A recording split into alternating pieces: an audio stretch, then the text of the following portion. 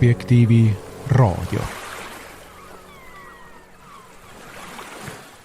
Tervist, head raadiokuulajad! Objektiivi raadiosaade eetris, mina olen Markus Järvi ja teisel pool internetisilda on Veiko Vihuri. Tere, Veiko! Tere, Markus! Tere, head kuulajad! Täna räägime kodumaisest poliitikast ja räägime seda viimaste erakondade reitingute kontekstis. Nimelt Norstati küsitluse kohaselt on Reformierakond tõusnud populaarsuselt 3. Me loeme reitingu tabelitest, kuidas viimaste tulemuste põhjal toetab siis Isamaad 27%, Keskerakonda 20,2% ning Reformierakonda 14,7% valimisõiguslikest kodanikest. EKRE-t aga 11,6% ja EKRE ees on Sotsiaaldemokraatlik erakond Sotsialistid 14%, parempoolsed 6,6% on EKRE järel ning Eesti 200 2,1% EKRE taga.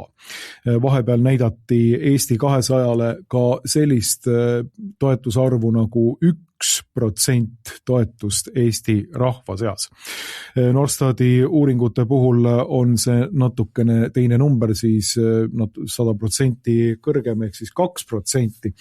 Aga kommenteerime natukene seda fenomeni ja mitte ainult ei vaata loomulikult neid reitingu tabeleid siin, vaid räägime sellest, et kuidas eelkõige on võimalik see olukord, et Reformierakond, mis on nüüd siis juba üle 2 aasta teinud otsuseid, mis kõikidele inimestele peaksid olema selgelt majanduslikult kahjulikud, on algatanud enneolematu maksuralli ja viinud edasi Rail Balticut, tegelenud tuuleenergia ja tuulikuparkide edasiarendamisega maale, pidevalt ähvardanud siin uute maksutõusudega ja siis, kui oli vaja ühte maksu tõsta, ainsat maksu Eestis, mida oleks vaja tõsta, seda oleks vaja teha hasartmängumaksu osalt, siis seda hoopistükkis langetati. No tuleme nende maksude juurde võib-olla natukene hiljem ja üldse mitte nii detailselt, aga siiski me näeme seda, et Reformierakonna poliitika on olnud eelkõige oma automaksu ja teiste asjadega vägagi rahvale mitte meeltmööda. Kuidas siis on võimalik see, et Reformierakond praegu näib olevat pigem tõusutrendis ja mida me sellest trendist välja võime lugeda ning kuhu see trend siis üleüldse välja võib viia? Kas me võime siin süüdistada mingisugust tehislikku olukorda, et Reformierakonnale on hakatud toetust manufakteerima, tehislikult tootma nende küsitlusagentuuride poolt või me näeme midagi, mis on ürgomale Eesti Vabariigi valijale, et jälle joondutakse oma endiste mõisakubjaste taha. Aga Veiko, sinule sõnajärg üle, kuidas kommenteerid seda olukorda? No seda on mõnes mõttes raske kommenteerida, sest see tundub tõepoolest üsna seletamatu olukorrana, et valitsuse juhtiv erakond, Reformierakond, kes vastutab ju otseselt Eesti majandusolukorra eest, kõikide nende poliitiliste, majanduslike otsuste eest, maksuotsuste eest, on siis suutnud alates aasta algusest oma reitingut kasvatada, on selgelt tõusujoones. Kui me vaatame just Norstati ja Ühiskonnauuringute Instituudi küsitlust. Ja siin võibki olla sellist 2 reaktsiooni sellele uudisele, et on kindlasti neid inimesi, kes ütlevad, et see kõik on vale, et meile esitatakse manipuleeritud numbreid, neid küsitluste tulemusi võltsitakse. Ma näen ka sotsiaalmeedias päris palju selliseid arvamusi, kus inimesed ütlevad, et neile helistas Norstati küsitleja ja kui ta kuulis, et inimene toetab hoopis EKRE-t, et siis öeldi, et vabandust, et nüüd on meie see kvoot täis ja teie arvamus arvasse ei lähe. Ma neid ei oska kommenteerida, selliseid isiklikke kogemusi, mis inimestel on, aga üldjoontes ma pean ütlema, et kuigi võltsimine selles mõttes on ju võimalik, sest lõppude lõpuks ega avalikkus ei oma ju kontrolli selle üle, kuidas need numbrid ritta seatakse, kuidas, ütleme, küsitlejate laualt need siis analüütikute lauale liiguvad need konkreetsed numbrid ja mis nendega seal tehakse. Aga ma isiklikult ei arva, et nüüd vähemasti väga süstemaatiliselt neid võltsitakse. Sellepärast, et tegelikult kõik küsitlusfirmad loodavad ju siiski oma usaldusväärsust säilitada. Ja see tähendab seda, et nad ei saa endale lubada kallutatud tulemusi, et muidu keegi ei telliks ju enam mingeid küsitlusi nende käest. Ja nad ei saaks turumajanduse tingimustes eksisteerida. Iseasi, kui meil oleks mingisuguse totalitaarse või autoritaarse režiimi, mingisugune riigifirma, mis siis tegeleb sotsiaalsete uuringutega, et seda võiks siis kahtlustada režiimi suunas kaldu oleva statistika esitamises, aga küsitlusfirmade puhul ma seda väga ei usu. Ja kui me paneme näiteks Norstati kõrvale ka teised, siin on ju turu-uuringute aktsiaseltsi küsitlused ja Kantar Emor, et nad kõik on natukene omamoodi, natukene erinevad üksteisest. Ja minu meelest see oligi nüüd viimane turu-uuringute asi, mis tuli siis nädala alguses välja. Mul ei ole täpselt meeles need suhtarvud seal, aga seal üllatuslikult vist oli hoopiski juhtimas Keskerakond. Jah, ma võin väga kiiresti siis teha väikse briefingu sellest turu-uuringute reitingutabelist. See on siis, vaatab kuu lõikes erinevate erakondade toetusprotsente, et Norstat ja Ühiskonnauuringute Instituut tulidki välja nagu omal ajal sellise suhteliselt uudse lähenemisega, et iga nädal avaldati neid uuringuid, aga ma mäletan, et kuigi ammu tagasi ei olnud veel aeg, kui erakondade reitingud tulid vist 6 korra. No igal juhul seal siis on kuulõikes toodud välja sellised numbrid, et Keskerakond on tõusnud juhterakonnaks, see on siis 20% inimestest eelistaksid Keskerakonda, siis on Isamaa toetus 19% ainult olukorras, kus Ühiskonnauuringute Instituudi uuringutes on Isamaa olnud alati juhtival kohal ja seal mõnikord isegi numbritega 26-7 lähedale 30%. Järgnevad EKRE on siis 15% ja Sotsiaaldemokraatlik erakond samuti 15% ning Reformierakond 14% selles reitingu tabelis. See tabel täpselt samamoodi näitab seda, et siin viimase kuu lõikes detsembris oli Reformierakonna toetus 12%, aga nüüd on siis jaanuarikuus tõusnud 2% võrra 14% peale. Nii et see turu-uuringute küsitlus näitab ka tendentsi, just kui Reformierakond oleks ikkagi tõusmas meil. No selles mõttes ongi hea, et on need erinevad firmad ja nende arvud ei lähe ka täpselt kokku, et see annabki teatud sellise võrdlusvõimaluse ja on võimalik analüüsida, et kas me näeme need mingisuguseid tendentse nende konkreetsete tulemuste taga ja tundub tõesti, et Reformierakonna populaarsus või ütleme toetus Reformierakonnal on hakanud tõusma alates aasta algusest. Minu arvates kahtlemata seotud sellega, et nüüd 1. jaanuarist jõustus siis maksureform, siis see tulumaksu vaba miinimum tõusis 700 peale, see on siis kõigile ühtemoodi ja eriti võidavad sellest kõrgema palgaga inimesed, ehk siis kes on klassikaliselt olnud Reformierakonna valijad.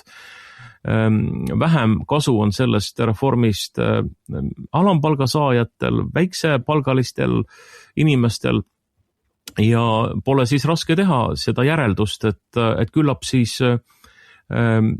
Reformierakonna toetusreitingu tõus ongi seotud nende inimeste hea meelega, kes on nüüd avastanud, et nendel hakkab raha tõesti natukene rohkem kätte jääma. Me oleme seda tegelikult ju ka varasemalt kommenteerinud ja ma olen seda ka öelnud, et see võetakse niikuinii inimeste taskust uuesti ära, sest tänavu on ju ka ikkagi ees mitu maksutõusu. ja igasugused lisatasud ja asjad, mis siin rakenduvad, kas või näiteks elektriarvele tuleb juurde siin uusi ridu. Nii et see võetakse teise käega tagasi. Aga lihtsalt see psühholoogiline efekt, et Reformierakond on nüüd kuidagi midagi meile head teinud, on ilmselt siis mõjunud mitte võib-olla tavalisele inimesele, kes sellest väga palju kasu ei lõika, aga just nimelt sellisele heitunud Reformierakonna valijale, kes vahepeal oli täiesti nõutuks jäänud ja ei teadnud, keda nüüd toetama minna, kas äkki Isamaad minna toetama või Eesti 200 ka nagu ei lähe, et see on täielik luuserite seltskond, kui nii ütelda. Võib-olla mõned on parempoolsete taha läinud, sest kui me vaatame, et ka parempoolsete reitingud on siin juba kuude lõikes, juba seal 6-7 kandis ja ilmselt ka nemad siis järgmises Riigikogus sees on. Aga jah, see intriig nende reitingutega on ju see, et kas Reformierakonnal õnnestub ennast murda esikolmikusse. Ütleme, et nüüd ta siis esikolmikusse juba ongi jõudnud vähemasti selle ühe küsitluse alusel või järgi suutnud murda.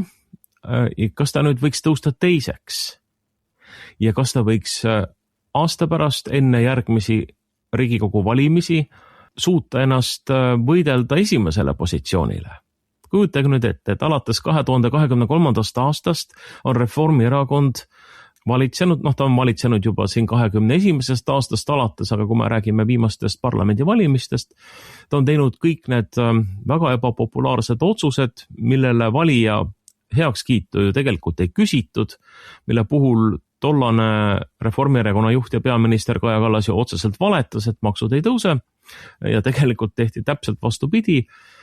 Et nüüd, kas valija unustab selle kõik ära ja leiab, et aga Reformierakond on tegelikult ikkagi väga tore erakond. Et tasub ikkagi toetada küll. Ja me saame nagu isegi mingi väikese rahakese ju riigilt nagu tagasi või ütleme, riik ei võta meilt nii palju ära, kui ta varem võttis, et ikkagi tänu Reformierakonnale. Et see on minu meelest nüüd see küsimus, et kas tõepoolest õnnestub valijatega sedavõrd manipuleerida, et muuta olematuks kõik need vahepealsed aastad ja need väga-väga ebapopulaarsed otsused, ajada need kellegi teise kraesse. Me teame, et Reformierakond on ju süüdistanud järjekindlalt riigi rahandusliku raske olukorra eest EKRE-t, kelle esimees Martin Helme oli aastatel 2019-2021 rahandusminister. See on muidugi ülekohtune ja täiesti valelik ja küüniline süüdistus, aga see on poliitikas ju väga tavaline käitumine, et oma vastaste kaela lükatakse siis ka kõik need omaenda tegemata jätmised ja valed otsused. Ja teine muidugi, ma arvan, et need maksutõusud, nad ajavad sotside kraesse. Et just kui sotsialistid on need, kellele meeldib makse tõsta ja see vastab ju tõele, et sotsialistidele meeldib makse tõsta. Et Reformierakond saab nüüd, Michali suu läbi teha selle eristuse, et võtta, sotsid on süüdi maksutõusudes kõik, et armas Eesti rahvas, vaadake, seal on need süüdlased. Mitte meie oleme ikka tahtnud rahandust korda teha ja riiki korda teha, aga vaat need sotsid tõstsid kõiki makse teil. Ja kui nüüd siia juurde panna veel selline asi, et siin käis Michal, peaminister ja Reformierakonna juht, siis oli see esimene stuudio, kus ta käis, et siis ta ütles seal ju väga ilusasti välja kaks asja, mida me hakkame nüüd ilmselt selle aasta jooksul palju kordi kuulma. Et kes on siis nendes maksusegadustes süüdi, ja see süü ilmselt veeretatakse sotside kraesse ja iseennast reklaamitakse kui maksulangetuse parteid. Kujutad see ette? Reformierakond tuleb täiesti küüniliselt välja nüüd sellise kuvandiga, et meie olemegi see erakond, armas Eesti rahvas, kes teie maksukoormat vähendab. Ma tsiteerin Michali poolt öeldut. Ja see nüüd on siis ilmselt esimeses stuudios kõlanud. Ja Michal siis ütles seal, et ega siin eelmise aasta segadus, muuhulgas ka sotside ja maksudega loomulikult viis meilt toetust. eks see toetus ka taastub, kui sa teed mõistlikke asju. Seda me püüame. Maksulangetus, kui ma vaatan numbreid, on tarbijakindlus oluliselt suurenenud.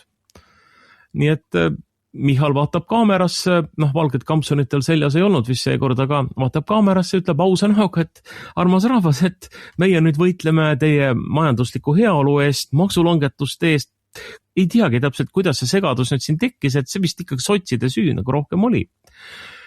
Ja teine plaat, mida me hakkame ka kuulma, lisaks sellele, et keegi teine on süüdi maksutõusudes ja Reformierakond võitleb maksulangetusest. Teine plaat, mis peale pannakse, on see, et siis Reformierakond lubab eemal hoida Eestist Trumpi maailma või Donald Trumpi poliitika ja trumpistid.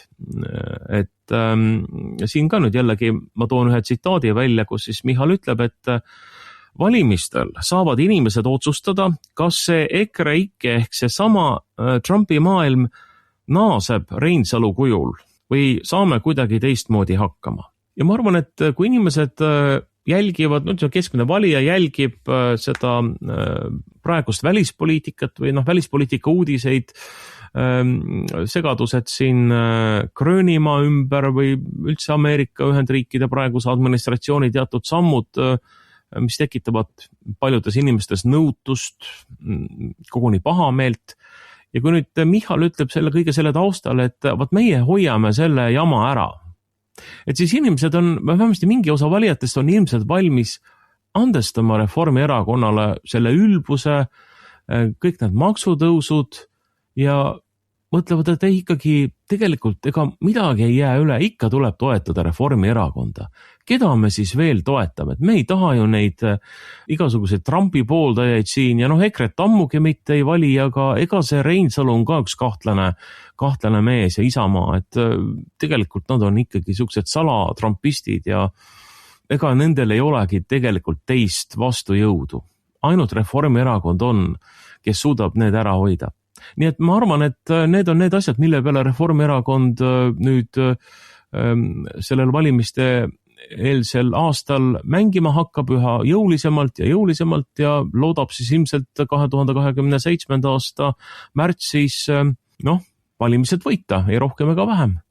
Ja saame jällegi Reformierakonna valitsuse, kui peaks nii minema ja kui valija laseb ennast ära lollitada ja on nõus selle retoorikaga ja nende punktidega, mida siis Reformierakond rahvale jälle ette paneb. No ma olen ise ka korduvalt imestanud selle olukorra üle, et kui Reformierakond teeb enneolematu maksuralli, mis inimeste rahakotist võtab ära olulise osa ja teeb seda niimoodi, et ei ole antud mingisugust demokraatlikku mandaati selleks üleüldse, pettes, valetades rahvale näkku, et selle erakonna toetus ikka veel on olnud isegi siin võib-olla kõige madalamatel perioodidel ikkagi veel 10% ja 11%.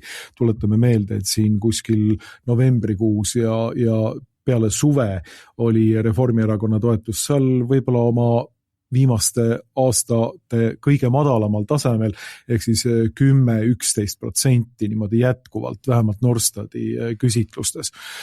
Ja et kuidas on võimalik, et selle erakonna toetus ei ole põhimõtteliselt umbes samas kategoorias nagu E200 oma, ehk seal 1-2% juures, niimoodi, et meil oleks Vabariigi Valitsuses koondtoetusega kuskil alla valimiskünnise selline koalitsioon, olgu siis, ma ei tea, 4 või 3% koalitsioon. Et peale selliseid sigadusi, peale sellist valetamist, peale sellist küünilisust, peale sellist täiesti psühhopaatlikku käitumist Reformierakonna poolt, mina eeldaksin ka, et rahvas peaks põhimõtteliselt välja vilistama sellise mänguri üleüldse Eesti poliitiliselt areenilt välja minema, kao minema. Ära enam oma nägu siia tule näitama. Nii.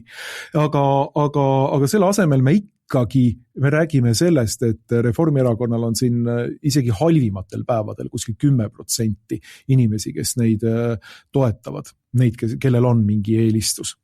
aga ma olen hakanud mõtlema, et seda selgitab vägagi lihtne asi ja mitte ainult psühholoogilised tasandid, vaid seda selgitab väga lihtne nii-öelda Reformierakonna sisse söödumus Eesti riigistruktuuri.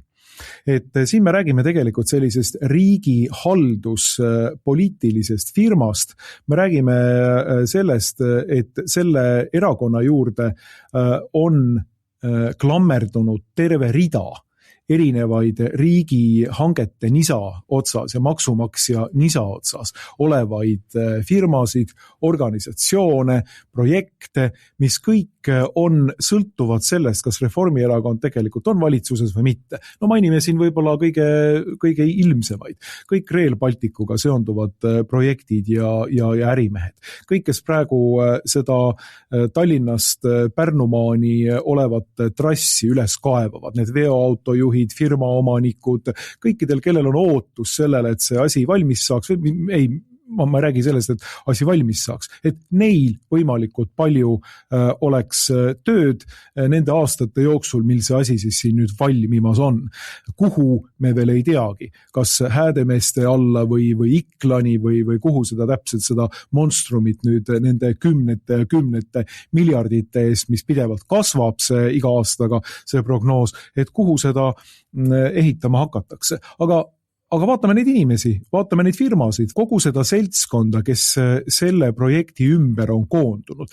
Rail Balticu organisatsioon ise juba annab tööd, kui ma ei eksi seal tuhandetele inimestele, kes iga päev manegeerivad seda asja. Kui sinna panna nüüd kõik võimalikud riigihanked juurde, siis kuni, ma ei tea, veoautojuhini välja, kes saab aru, et kui peaks tulema valitsus, kes selle projekti ära lõpetab, siis saab ka tema töö siin võib-olla otsa. Siis me näeme tegelikult, et see Reformierakonna toetus on seletatav teatavas mõttes sellise riigi nisa otsas oleva tööstuse ja riigihangete tööstuse kaudu. Võtame teine asi, tuulikuparkide ja tuugeniparkide ärimehed. Seal on võib-olla natukene piiratum see seltskond, aga siiski. Tuleme näiteks ka selle peale, et Eestis on maaomanikke, kelle maale võiks siis tuugen ehitada ja nemad saavad sellest väga tõsist tulu.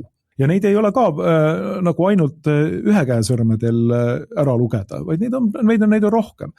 Täpselt samamoodi siin nagu erinevad nii-öelda ametnikud, erinevad firmad veel, kes on riigi nisa otsas kinnistanud ennast ja see on moodustunud sellise ühe seltskonna, ühe sellise vaata et peaaegu mafioosse seltskonna, kes teab, et kui nüüd kapo langeb, siis nende leib kukub.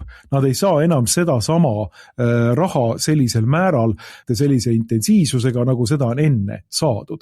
Ja nüüd võib tekkida nagu riigi selles piima- ja pudruojas võib tekkida takistusi ja enam ei saa nende ojade lähedale ja pudrumägede lähedale. Ja see on, nagu ma arvan, üks põhjus, miks Reformierakond on säilitanud kuni kõigega madalamate, kõige ebapopulaarsematel hetkedel selle, et teda toetavad ikka, ma ei tea, 10-11%. Nüüd on see siis tõusnud sinna lähedale 15% juurde Norstati järgi ja teiste uuringufirmade järgi samuti. Et siit see on tegelikult hea, ma ütlen seda jutumärkides, aga hea vundament, millele ehitada, sest terved inimrühmad Eestis teavad, et kui peaks kukkuma Reformierakond, siis nende enda elatus kukub kokku. Ehk siis me räägime lihtsalt nii-öelda elatusvahenditest. Me räägime riigist kui firmast, me räägime Reformierakonnast kui riigihaldusfirmast, millele antakse oma toetust tänu sellele, et sellest sõltub inimeste elatus. Ja see on ma arvan, see seletab paljuski Reformierakonna nagu praegust toetust. Huvitav on muidugi see, mis toimub EKRE-ga. Ja oleme näinud seda, et EKRE-l on olnud rohkem toetust, aga nüüd on siis toetus pigem langustrendis ja EKRE-t Norstati järgi toetab 11,6%, 2% inimestest ja ma arvan, et see on ka seotud selle sama teemaga, sellepärast et väga paljud inimesed, kes võib olla, kaasa arvatud need veoautojuhid või teised inimesed seal, kes võiksid võib-olla toetadagi EKRE-t, teavad, et kui EKRE tuleb võimule, siis sellised suurprojektid võidakse kalevi alla pühkida või ära lõpetada ja seal võib olla siis pereelatus konkreetselt ohus. Kuigi ma arvan, et EKRE puhul ei tasu ka mainimata jätta ühte teist faktorit.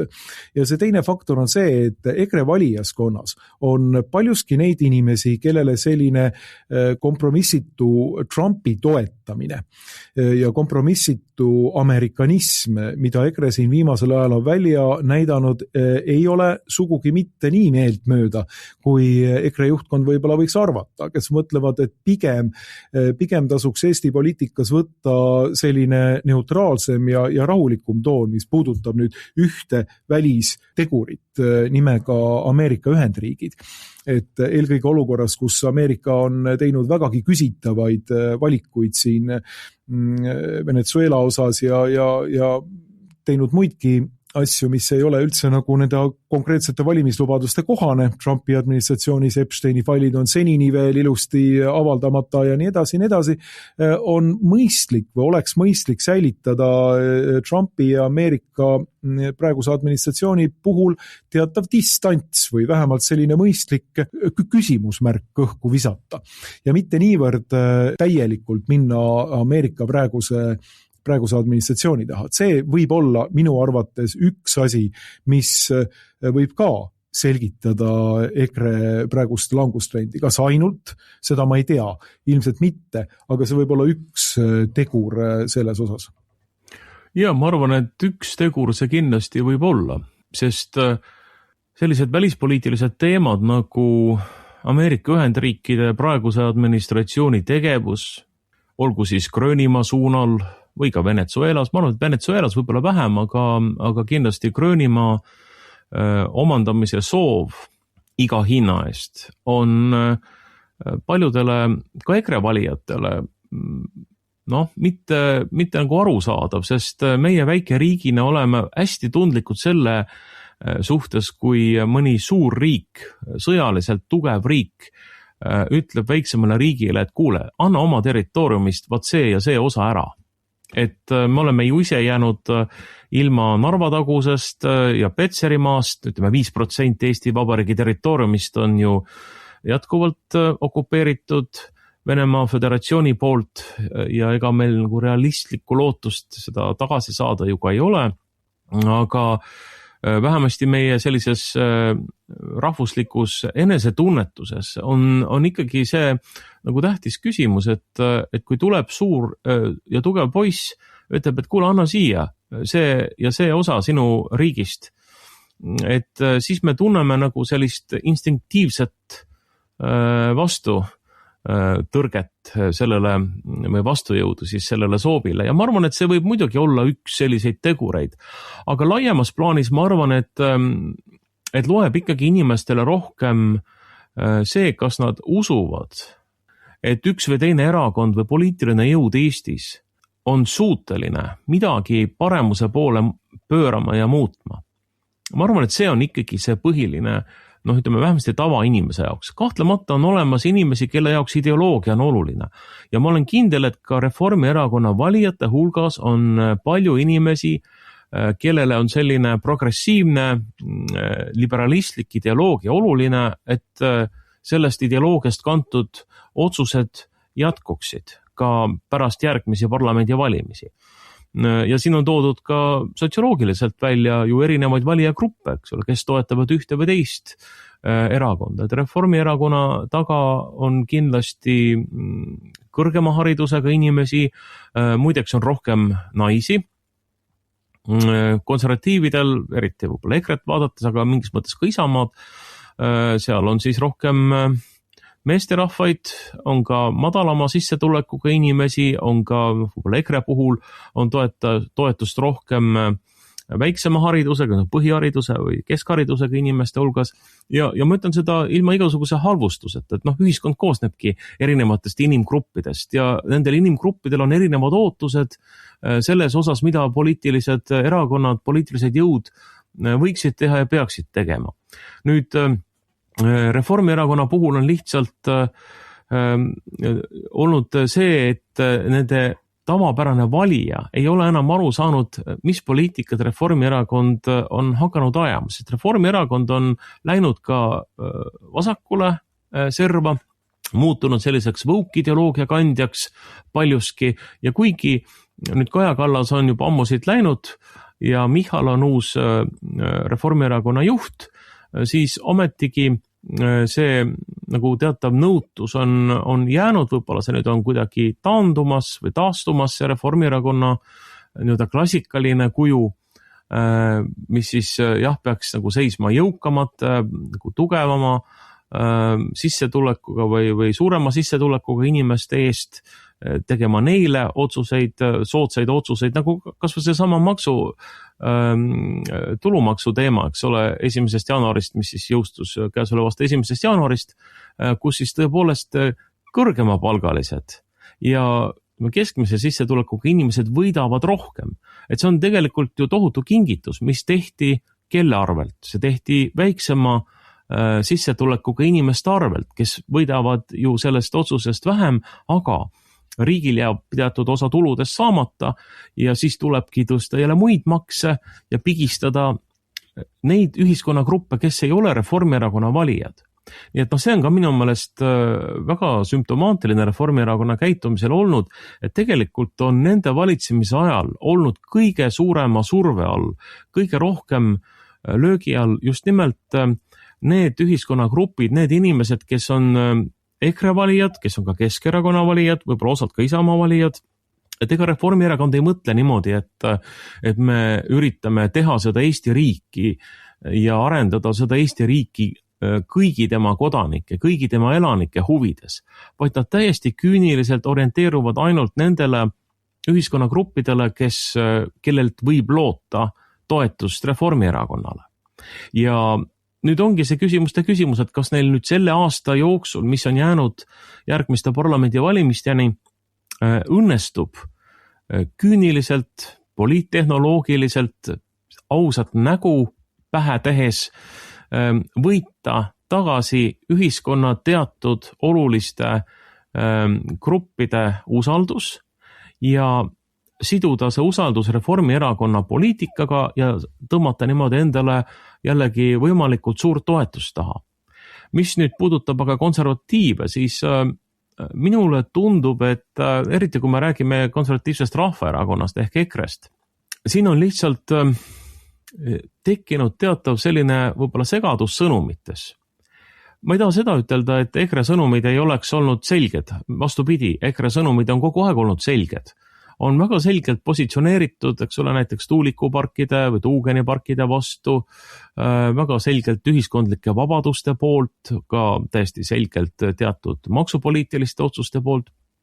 Kogu see kommunikatsioon on tegelikult olnud selge, aga ma arvan, et mida ei ole suudetud võib-olla konservatiivsete valijate juurde viia, on just nimelt see, mida on ka võib-olla raskem kirjeldada, et valijad ikkagi, kui nad usaldavad ühte või teist poliitilist jõudu, ühte või teist erakonda, et siis see usaldus, see on teatud mõttes irratsionaalne, eks ole, et ta ei ole alati seotud konkreetsete ka poliittehnoloogiliste käikudega või see alati ei tööta niimoodi, et sa teed mingisuguse osava poliittehnoloogilise käigu ja vaat siis inimesed kohe hakkavad sind jälle pooldama. Et ilmselt ei ole konservatiivsed jõud suutnud, ja ma räägin siis päris konservatiivsetest jõududest, ei ole suutnud tekitada või vastata inimeste ootustele ja muredele sedavõrd, et toetus neile taastuks või eriti kui me räägime just nimelt EKRE-st, eks ole, et ütleme Isamaa ja Keskerakond on ju tegelikult viimastel aegadel ju suutnud oma populaarsust kasvatada tõsi, nagu ikka, need reitingud käivad üles-alla, vahest on Isamaa seal 30% peal, vahest on ta 27 või 26% peal, kui me räägime Norstati küsitlusest. Turu-uuringutes on ta siiski vähem, aga täiesti selgelt on tõusnud ka Keskerakonna reiting, sellesse on panustanud peaaegu kõik ülejäänud erakonnad, eks ole, kiusates siis Vene kirikut ja tehes teatud poliitilisi otsuseid Vene valijate suhtes ja nii edasi ja nii edasi. Et selles osas on taastunud Keskerakonna positsioon, nii nagu ta varasematel aegadel on olnud. Aga nüüd, kui me räägime konkreetselt EKRE-st, siis ma arvan, et teatud valijad, kes põhimõtteliselt oleksid valmis EKRE-t valima. Ja meenutame, et siin näiteks aastal 2021 ja võib-olla isegi 2022 oli EKRE toetus seal umbes samas kandis, kus Isamaal praegu. Et see näitab, et tegelikult on meie ühiskonnas neid inimesi, kes on valmis toetama konservatiivset rahvaerakonda, aga järelikult praegusel hetkel need inimesed on otsustanud usaldada või siduda oma ootused, võib-olla niimoodi on parem öelda, siduda oma ootused mõne teise erakonnaga.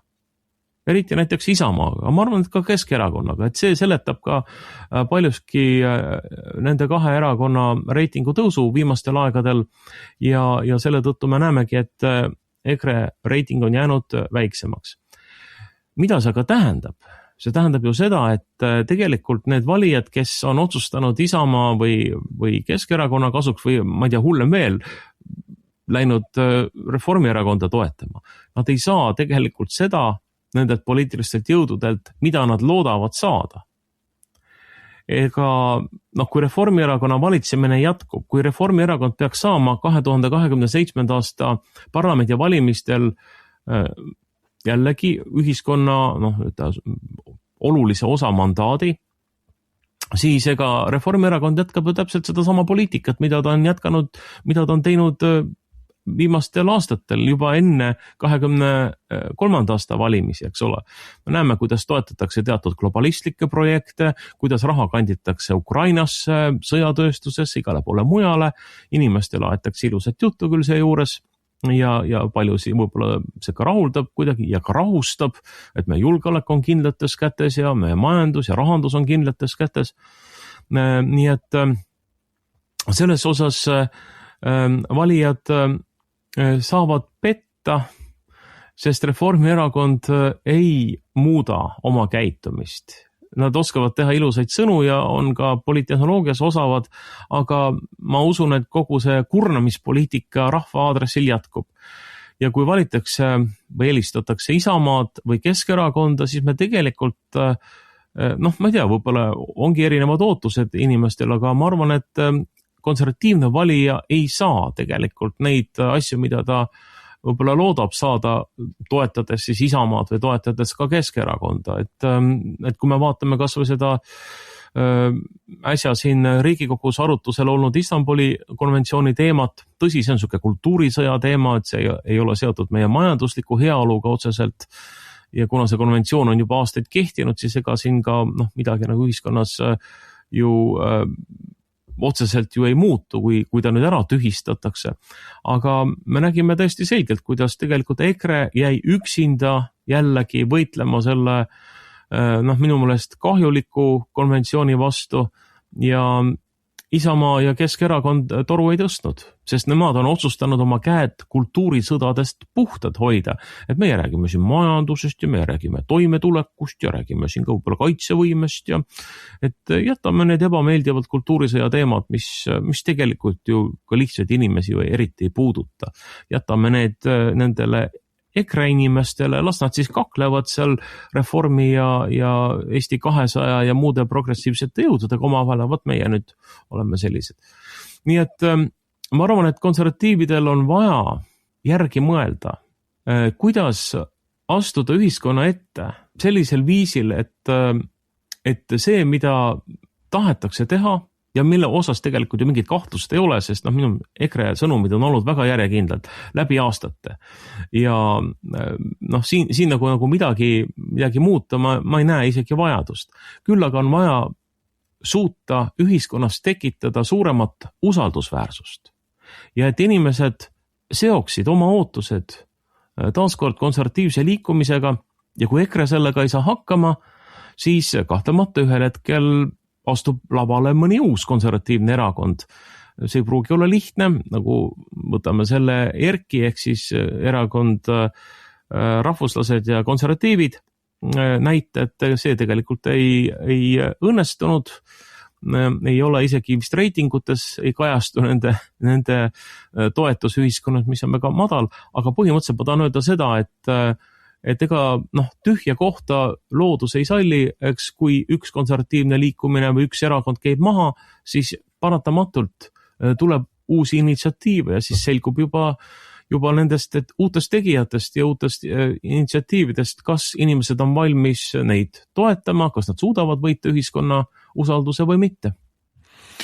Jah, korrekt, EKRE toetuse languses siin viimastel aegadel siis üks on selge, et EKRE toetus läks langusesse kahtlemata peale eelmise aasta kohalike omavalitsuste valimisi ja kui me vaatame seda, et vahetult enne valimisi oli EKRE toetus veel 17,8% ja nõks peale valimisi 18,5%, siis peale seda on siis EKRE toetus olnud pidevas languses, väikse pisikese tõusu ta ehk tegi siin kuskil sügise poole, aga siis läks uuesti langusesse ja nüüd on jõudnud siis sinna 11-12% juurde Norstati järgi.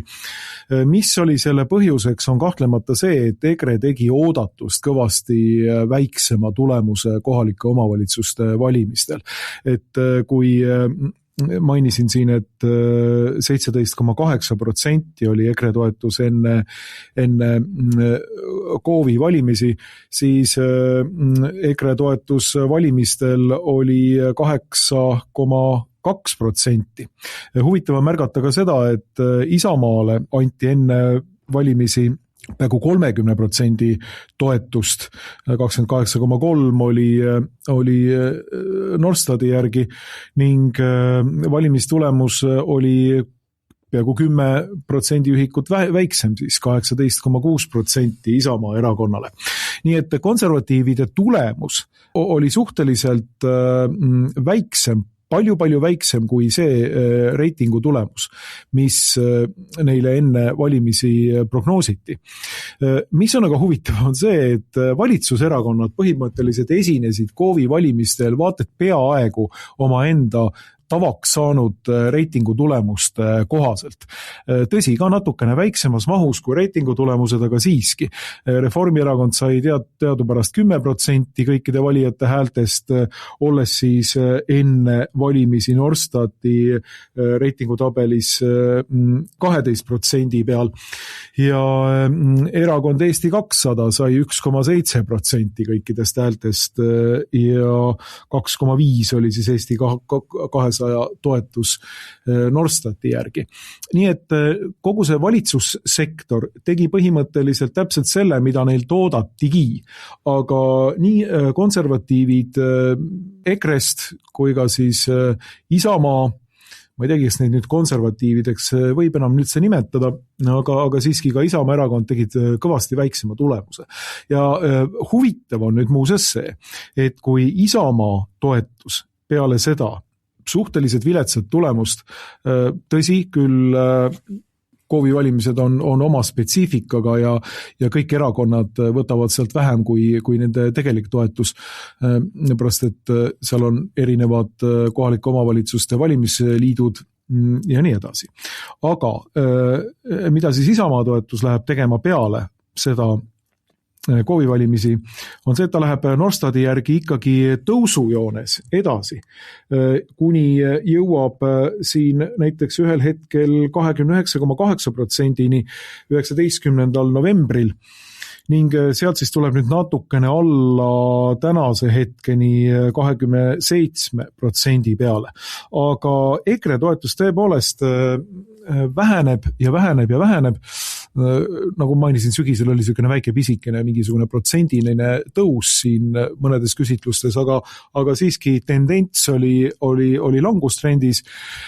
Et see on nüüd ka hea küsimus, et mis nüüd on, et mida rahvuskonservatiivid peaksid tegema, et eelkõige saavutada usaldust valimistel. Et see ei saa minna sinna, et rahvuskonservatiivid tulevad ja ütlevad jälle, et ahaa, meile tehti e-valimistel ainult ära. Et see on peamine põhjus, miks me oleme reitingutabelis sellises kohas ja peale valimisi jälle sellises kohas, nagu me siin oleme. Et siin on nagu tendents märgata, et langustrend on olemas ja see on väga oluline tegelikult, et konservatiivid suudaksid näidata valimistel just nimelt seda, et nad suudavad ära võtta oma enda osa. Et nad suudavad teha seda, et neile pandud ootused, nagu sa ka ütlesid, realiseeruvad mitte ainult poliitikas, vaid realiseeruvad ka valimistel. Et kui ka valimistel neile pandud ootused, need numbrid ei realiseeru või et äkitselt jookseb 5% või 6, 7, 8% lihtsalt või siin EKRE puhul vaata, et peaaegu 10% läheb jalutama valimistel nendelt nii-öelda toetusprotsentidest, siis on ikkagi midagi väga viga. Et siin on nüüd jällegi küsimus, kas me võime süüdistada süvariiki ja e-valimisi või me võime vaadata ka mingisugust laiemat pilti, sest süvariik ja e-valimisi me võime süüdistada ka mingil viisil ja mingisuguse, kuidas öelda, mingites piirides. Aga tegelikult tuleb vaadata laiemat pilti eest, kui see nüüd kordub, see muster. Et meil on enne valimisi rahvuskonservatiivide toetus suhteliselt kõrge ja valimispäeval on 10% sellest õhust välja lastud või sellest toetusest läinud jalutama, ükskõik mis viisil siis see on ka nüüd üks asi, mis loomulikult ei anna konservatiivide valijatele mingisugust toetust, et kui nad toetavad konservatiive, et siis võiksid nad kuhugi üleüldse välja jõuda. Et see on nagu minu arvates oluline. Siin tuleb nagu teha nagu mitmel tasandil analüüse. Ja mitmel tasandil vaadata, et kas konservatiivne liikumine on suutnud valijate ootust kuidagi täita või mitte. Mina arvan seda, et pidamata ennast nüüd mingisuguseks eriliseks poliitika analüütikuks, kindlasti mitte paberitega analüütikuks inimeseks, kes on õppinud ühiskonnateadusi ja politoloogiat, aga oma sellise tunnetuse pinnalt ma arvan seda, et tegelikult selle aja jooksul, mis on valimisteni jäänud, tuleks konservatiivsel suunal, see siis eeskätt loomulikult puudutab rahvuskonservatiive, konservatiivset rahvaerakonda, tuleks väga selgelt analüüsida, millises olukorras ollakse ja kuidas on võimalik seda liikumist, selle liikumise toetajaid mobiliseerida nende eesmärkide taha, mida soovitakse saavutada. Sest veel kord, ma ei näe midagi halba EKRE eesmärgi asetustes. Et ollakse ju minu maailmavaate ja minu hoiakute vaatenurgast õigetel positsioonidel, tahetakse teha õigeid asju, seistakse õigete asjade eest.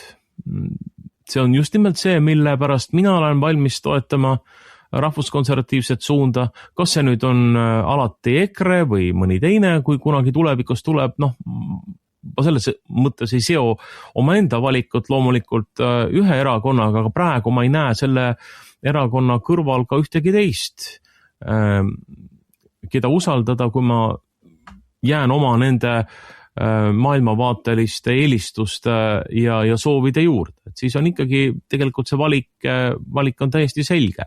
Aga konservatiividel tuleks sõnastada uuesti need väga selged taotlused, mille eest väljas ollakse ja tegelikult ka võib-olla kuulata oma valijate häält rohkem, mida võtta arvesse selleks, et ka inimeste nagu usaldus taastuks ja et inimesed oleksid valmis oma lootusi siduma just nimelt konkreetselt EKRE-ga, ega vaataks Isamaa või ka Keskerakonna poole, kust tõepoolest ma ei näe, et sealt tuleks vastust nende lootustele, mis on konservatiivsetel valijatel. Et neil on omad valijad kahtlemata olemas ja omade huvidega ja see ongi niimoodi ühiskonnas, et osad inimesed soovivad ühte suunda ja teatud asju, teised jälle teist suunda ja teisi asju.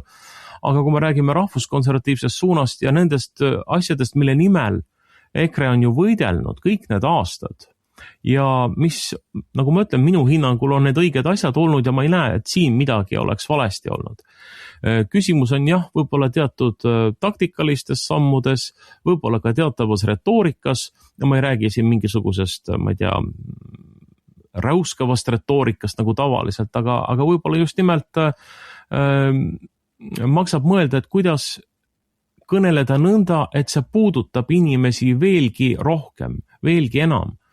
Et ka see suhtlusstiil oleks selles mõttes midagi, mis nagu tabaks inimesi positiivselt.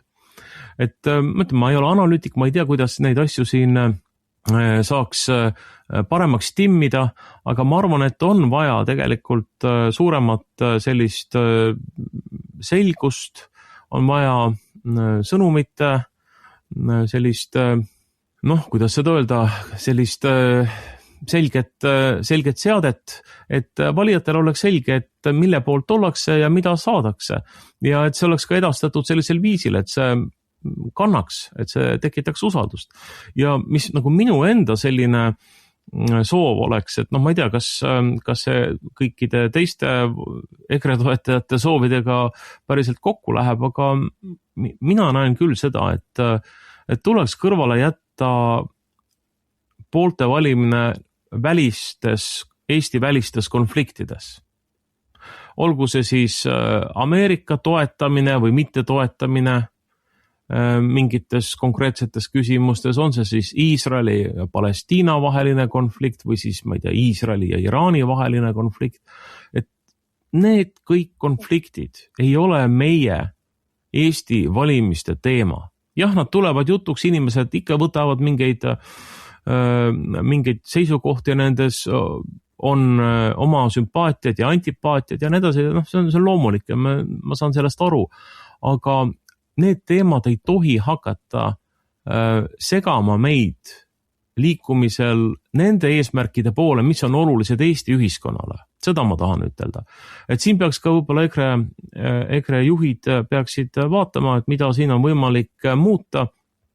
Ma üldse, et EKRE poliitikud, keda vähegi ühiskonnas kuulatakse ja kelle järgi siis joondutakse, et mina ei teeks, see on nagu minu eelistus ja arvamus, et mina ei teeks välistest teemadest meie sisemisi teemasid. Me ei pea vaidlema üksteisega väliste teemade üle, vaid meil peaksid olema täiesti selgelt silme ees need asjad, mis on olulised just praegu meie Eesti riigi jaoks, meie Eesti ühiskonna jaoks.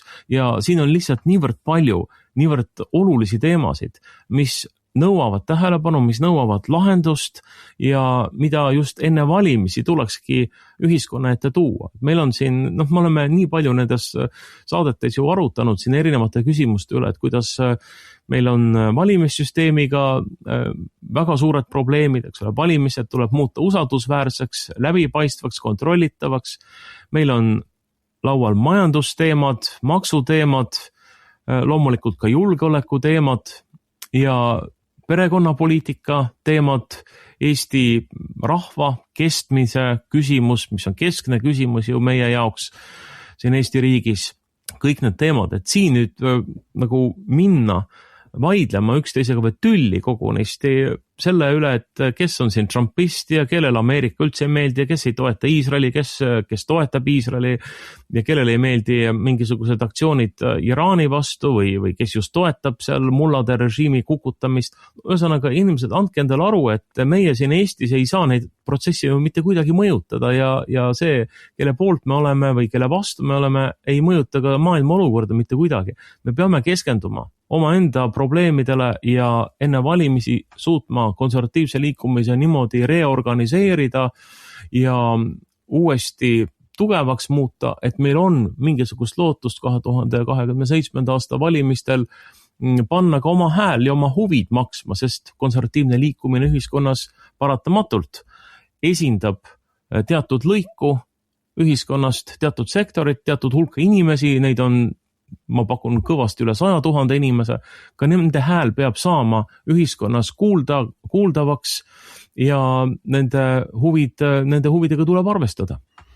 Jah, ma sõnastaksin selle võib-olla natukene ümber selle positsiooni, et kui me konservatiividena võimegi võtta loomulikult positsioone nendes küsimustes, mis puudutavad maailmasündmusi, geopoliitikat ja kõike muud, siis üks põhituum peaks olema see, et me võime diskuteerida nendel teemadel, aga ei oleks mõistlik minna konservatiividena omavahel tülli nendel teemadel. Et tuleks säilitada lihtsalt selline vastastikku austav diskussioonikultuur ja eelkõige seda konservatiivide enda seltsis, et me ei võtaks ja sildistaks kohe teineteist mingisuguste siltidega. Nii nagu võin mainida, on ka mind sildistatud peale Martin Helmega vaidlemist ühes Fookuses saates pahempoolseks aktivistiks EKRE ühe juhtpoliitiku poolt, et need on sellised sildid, mis ei aita nagu kuidagi kaasa, et mina vaatan selle läbi sõrmede ja naeran isekeskis sellise sildi üle, et mina kui kommunistlik noor ja pahempoolne aktivist või äärmus vasakpoolne katoliiklane, et neid võib õhku visata, aga need ei too kaasa mitte mingisugust nagu paremat tulemust, et need on lihtsalt sellised ärapanemised, mida on harastatud terve kümnendi võib-olla nagu liberaalse vaenlase suunas, aga kui me nüüd omavahel hakkame neid siin nagu viskama niimoodi ilma igasuguste otseste argumentideta, eks ju, siis lihtsalt ad hominem argumendi korras, siis see küll mingisugusele soliidsele ja normaalsele diskussioonikultuurile kaasa loomulikult ei aita. Ja ultimatiivselt tuleb öelda seda, et ega partei ja erakond on ju ainult vahend. Eesmärgid, ideaalid, ideed, maailmavaade on eesmärk, aga partei ja igasugused organisatsioonid on vahendid ainult. Ja me võime ütelda, et kui see vahend on nüri, siis see vahend tuleb kõrvale visata. Et kui see vahend ei tööta sel viisil, kuidas ta peaks töötama, siis tuleb valida mingi muu vahend. See on vahendi eesmärk, et töötada võimalikult teravalt, töötada võimalikult tõhusalt, minna tööle siis, kui nuppu vajutatakse ja teha oma töö ära. Ja see on üks asi, mida konservatiivid peavad ka silmas pidama, kui me räägime erakondadest, kui me räägime konkreetsetest liikumistest. Et need on need mõtted, millega mina tahaksin seda saadet lõpetada. Ja tasub kindlasti tõesti mõelda, et kuidas me konservatiividena edasi läheme ja kuidas me tõepoolest ühise eesmärgi nimel suudame need ideed, ja ma ikkagi ütlen need ideed, need ideaalid, need põhimõtted Eesti ühiskonnas panna maksma, sest tõepoolest meil võib olla kõvasti kergem siin vaielda, ma ei tea, Trumpi poliitika üle või välispoliitiliste reaalsuste üle, kui tegeleda tegelikult sellega, mis meile on juba muutunud mitte ainult elutähtsaks, vaid kuidas öelda, primaarselt elutähtsaks, ehk siis tegelikult Eesti rahva säilimisega läbi aegade. Eesti rahva säilimisega kas või siin lähimatel 30, 40, 50 aastal, ehk siis täieliku rahvastikukriisiga, mis meid ees ootamas, sündimuse totaalse langusega tegelemiseks. Need on teemad, mis tegelikult tunduvad justkui nagu ei huvitakski eriti kedagi. Need on sellised isikliku laadi asjad, aga palju kergem on loomulikult minna sotsiaalmeediasse ja lihtsalt seal muliseda Trumpi ja teiste asjade teemal. See just nagu isiklikku mingisugust erilist muudatust silmas ei pea ega too kaasa. Need on kõige üldisemad mõtted, millega soovin seda saadet lõpetada. Ma tänan teid kuulamast, head inimesed, ja mõtleme koos edaspidigi. Veiko, tänan sind saates osalemast. Aitäh kutsumast. Selline oligi seekordne Objektiivi raadiosaade. Stuudios olid Markus Järvi ja Veiko Vihuri. Kõike head ja kuulmiseni!